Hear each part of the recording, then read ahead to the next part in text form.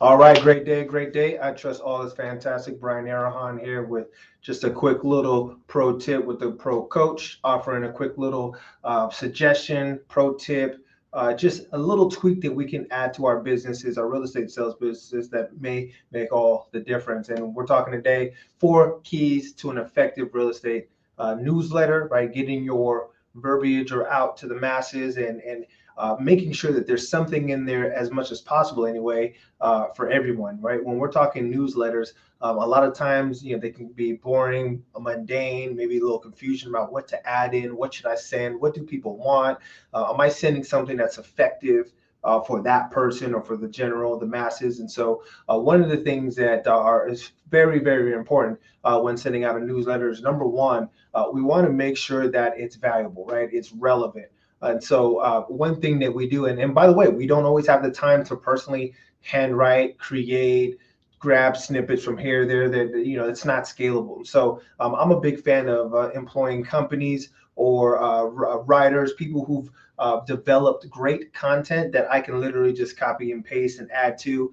So whether it be relevant dialogue about what's going on in the market, relevant dialogue about best practices around home ownership, or relevant dialogue about how to become a homeowner, whether it be loan programs to negotiation tips, strategies, whatever it might be.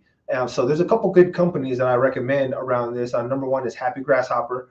They actually are in the business of creating valuable content that is clickable, that people are going to want to interact with, engage with, and maybe even share, right? And so Happy Grasshopper is one. Another one is Keeping Current Matters. So some of you may have heard of the two. There's others out there. I'm not going to go into a rant about listing them, and yet those are two great ones to start with. And then go out and do your own research, right? What do they offer? What are the pros and cons of each? And then go from there. So, all right, number one is creating valuable content in a scalable manner. All right, how do you make sure that you can just copy, paste, add, and then send out? Other part is making sure that you have great market data.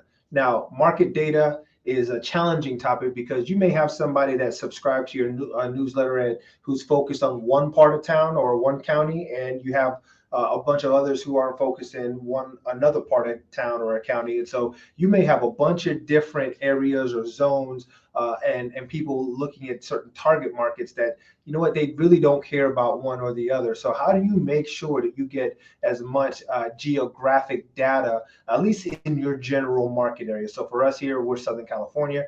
And so there's about 5 or 6 large counties in Southern California that make up our housing market for all of Southern California, right? So for us, one thing that we do is we subscribe to various information, or whether it be local real estate economists or, again, other local data that we have access to as real estate agents, and putting it in the format that it's easy to obtain, sift, and dive in deep into. So that's another quick strategy or a quick way for us to make sure that we're sending out relevant real estate market data to the database. And so for us, what it looks like is we've got our local real estate economist that writes different housing market updates for 4, 5, 6 different counties.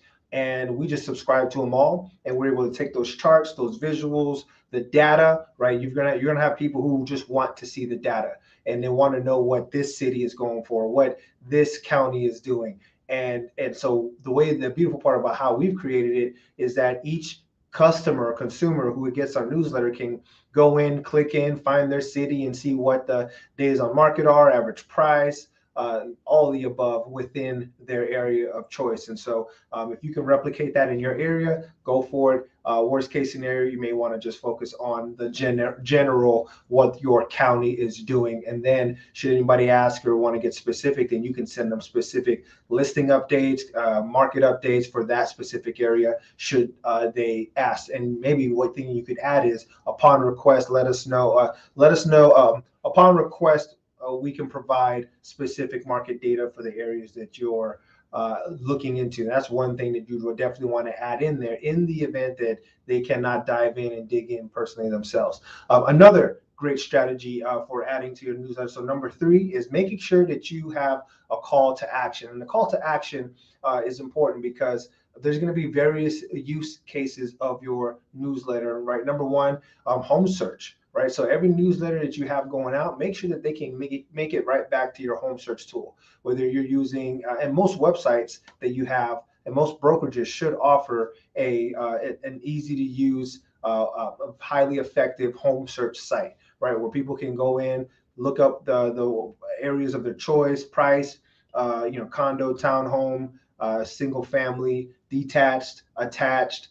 Being able to manipulate all those different types of information, make it their own, and set themselves up on an auto listing alert where they're getting emails daily, weekly, monthly, and also you being able to do it for them as well. So having a back end for that. And so when we're looking at creating that part of it, that call to action, you want to have home search. Number two, home evaluation, giving them the access to go in and log in and put in their address and get either request or see some sort of estimate that you can also add an additional option to drill down and say, hey, look, I can get you a more accurate analysis should you choose. Either way, though, making sure that they have the ability to have some sort of home search, home evaluation tool on your website, on your newsletter, so that way you can offer that as well. Because you never know, there may be somebody out there who's looking to sell the property in your newsletter, in your database, and you want to provide that option as well. And so another great option for that is, I love HomeBot. If you're not using HomeBot, it's a great tool for you to be able to offer automated home evaluation updates. Now, because one thing that's great about HomeBot is once they set themselves up, they get a monthly, or you can set it up for monthly update about what's going on in the community as far as evaluation. There's a bunch of other really good graphics there that they can interact with, engage with, share as well, most importantly. The last part is make sure you have a call to action for your specifically your referral. So a referral reminder. Make sure that you're reminding people to refer you. Have a simple statement. Hey, we love referrals, or referrals keep us going. Referrals are the highest compliment that you can give me on how I'm doing. Whatever the case is, just have a reminder section for them to provide you a referral. Also, a part of that is when you drill in deeper, I would even recommend have a referral capture system in your newsletter. So something as simple as click here to send a referral directly to me. And that might take them to a Jot Forms or Google Forms or SurveyMonkey, whatever you choose, whatever's simple, whatever's easy for you to utilize. That's another great way for you to make sure that you're capturing those opportunities. Again, overall, you're giving people options on how to connect with you, how to support you, how to build you and your business overall because they're a fan of yours. So there you've got it. You got the 4 tips on how to have an effective newsletter. And then the last bonus tip that I'd give you is make sure that your subject title is consistent, effective, and valuable, right? You've got that additional clickbait in there where they're like, look, wow, newsletter coming soon, or so have that consistent and valuable subject title that's going to make somebody want to click it, and also make sure that they expect it, right? Meaning that it comes from you.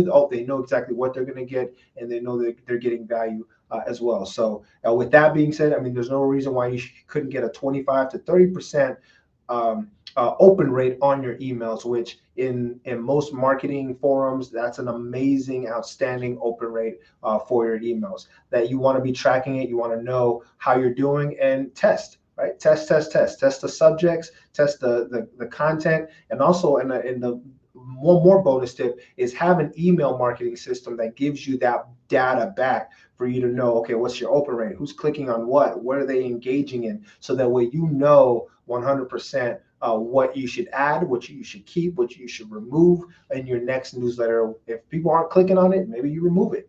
That's one of the most important things as well. So have an email marketing system, whether you use a MailChimp, whether you use, there's a bunch of them. Happy Grasshopper, I believe, has their own. And then you can also use MailerLite. There's a bunch of them out there that you can use effectively. And also some CRMs also include their own too. So depending on what you're using to manage your database, they can also include a newsletter marketing system that you can see the open rates, etc. All right, with that being said, again, a quick pro tip from a pro coach. I trust this has been effective for you. Go out there and make sure that you stay top of mind. Most importantly, right? This is one key thing for you to be the local expert in your business. All right, everybody, be well. Have a great one.